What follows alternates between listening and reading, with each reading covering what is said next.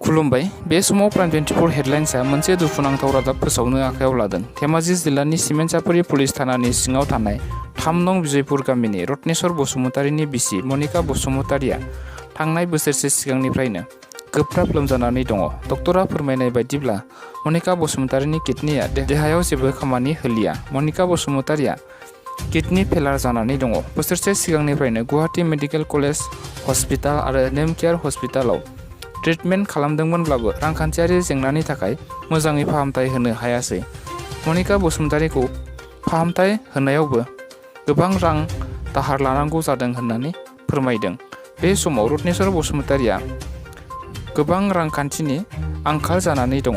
बेनि थाखाय रत्नेश्वर बसुमतारीया रायजो राजा आरो सरकारनिफ्राय अनसुंथाइ मोननो आर'ज गाबदों। रत्नेश्वर बसुमतारीया आसामनि गिबि मन्त्रि डक्टर हिमन्त बिश्व शर्मा, BKWSनि चिफ मिहिनेश्वर बसुमतारी, BTCनि चिफ प्रमद बर' बिथांमोननाव भिडिअ'नि गेजेरजों अनसुंथाइ मोननो थाखाय आर'ज गाबहरदों। जुदि नोंथांमोना रत्नेश्वर बसुमतारीखौ हेफाजाब होनो सानो, अब्ला होखानाय जानबुं नाम्बार आरो होखानाय एकाउन्ट नाम्बाराव रां दैथायहरनानै हेफाजाब खालामनो हागोन। आंनिया मनिका बसुमतारी, बिजयपुर गामिनि पस्ट अफिस देगापाम पुलिस थाना सिमेन्टसापरि। जाबाय 1 बोसोर। 1 बोसोर? मा बेमार जादों? बिदिनो किडनि गाज्रि जादों होनदों डाक्टरफोरा। मेडिकेलाव थांगोन ना थाङाखै? थाङो, सप्तासेयावनो खननै थांनो गोनां जायो आरो। न'खरा थख' जालांजोब्बाय जोंहाना।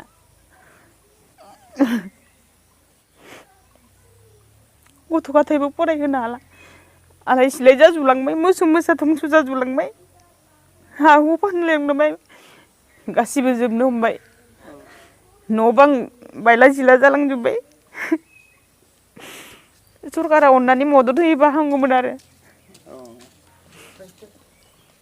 रायजो राजाफ्रा एसे नाहरनायबा हामगौमोन अननानै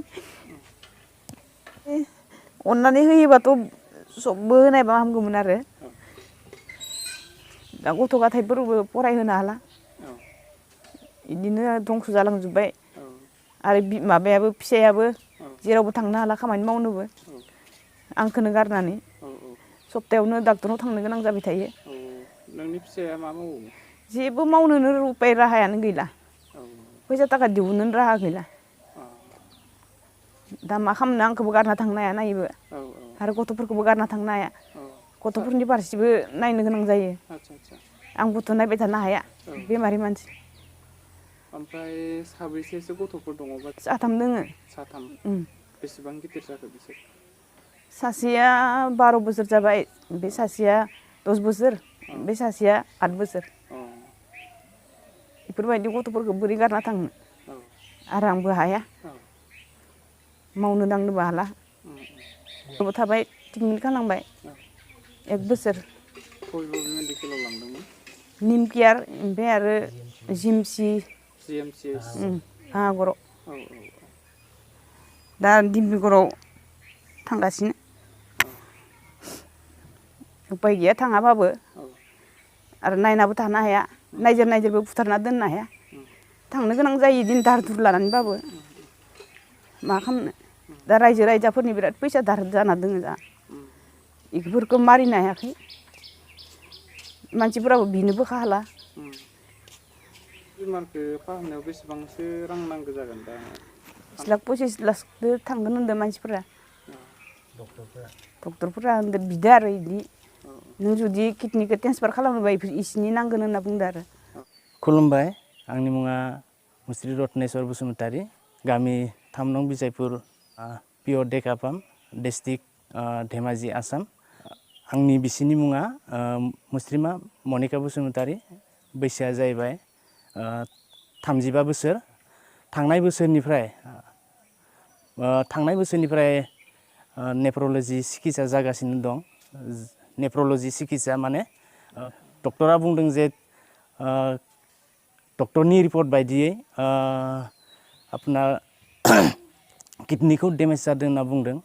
दा बे किडनि डेमेज जानायाव दिनै बहुद रांनि प्रब्लेम जानानै दङ आंनि न'खराव। दिनै थांनाय बोसोरनिफ्रायनो आं ट्रिटमेन्टखौ लागासिनो दं नायबाय थादों बे नायनायाव बहुतखिनि रांनि प्रब्लेम जानानै दङ दिनै राङाथ' 5 लाखसोनि बारासो थांबाय बे बेमारखौ नायनायाव आरो गामिनि 10 जन मानसिनिफ्रायबो आङो धार लानाय दं बे धारखौ आङो दिनैसिम बे बेमारनि थाखायनो आङो घुरायफिननो हायाखै दिनै ओंखायनो आङो रायजोफोरनिफ्राय मदद बिस्रायदों मदद लुबैदों जाहाथे रायजोफोरा मददखौ होयो होननानै आं आसा फारिबाय दासान्दि